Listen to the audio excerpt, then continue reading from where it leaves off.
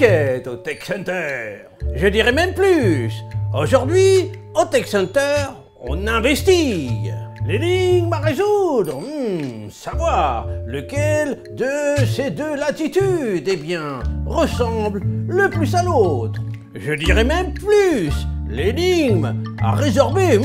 Savoir ce qui distingue le nouveau latitude 54-30 de l'ancien latitude 54-20. Pas facile, mais motus et bouche cousue, c'est notre devise. On va secrètement examiner la situation de très près. Je dirais même plus, botus et mouche cousue, c'est notre devise. On va subtilement examiner la situation de tout près et comptez sur nous pour tout vous révéler. C'est par là. Faire du neuf avec du vieux, c'est pas franchement le style de Dell. Par contre, ne pas abandonner, voire changer une formule gagnante pour au contraire tenter de l'améliorer encore, ça, c'est l'esprit d'un constructeur leader qui est de plus en plus engagé d'ailleurs dans la sobriété numérique. Alors, que faut-il retenir du nouveau Latitude? Comment distinguer celui-ci de celui-ci?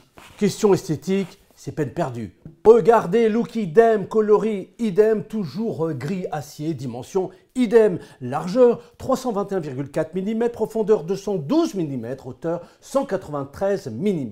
Taille de l'écran idem, 14 pouces, poids idem, 1,36 kg. Voyez, ou plutôt comprenez, puisque cela n'est pas visible, que l'innovation du Latitude rime avec discrétion. Pour trouver la nouveauté, il faut chercher non pas dans le visible, mais dans l'indicible, voire dans l'invisible. Par exemple, prenez cet écran. Bien sûr, c'est toujours le même format de 14 pouces, c'est toujours une image de 16/9, toujours une résolution HD ou Full HD, toujours une brillance de 220 nits. L'innovation est dans le type d'écran. La nouvelle dalle est une dalle WVA et non plus une dalle IPS. Et puis, grâce à cette évolution, vous gagnerez en luminosité et en contraste, en fidélité, en intensité des coloris, en confort de lecture, même en vue d'angle sur le côté. Au-dessus de l'écran, toujours l'emplacement de la caméra. Ici, vous reconnaissez le modèle HD infrarouge habituel avec son cache de confidentialité, ses micros. Ce que vous ne voyez pas, c'est l'option.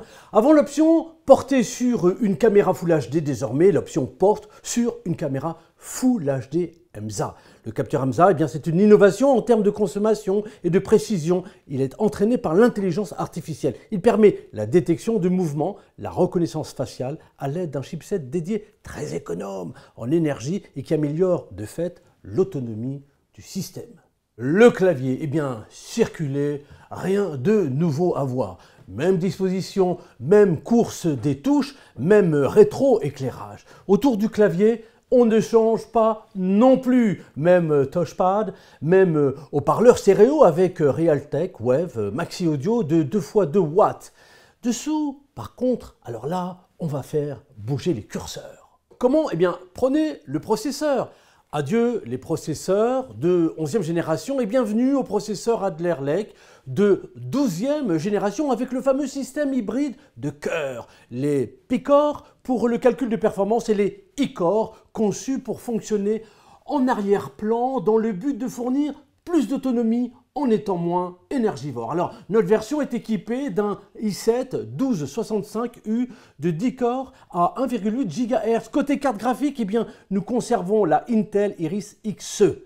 Côté mémoire idem, nous restons sur de la DDR4 en 3200 MHz. Côté stockage, toujours les SSD NVMe classe 35 au format M.2.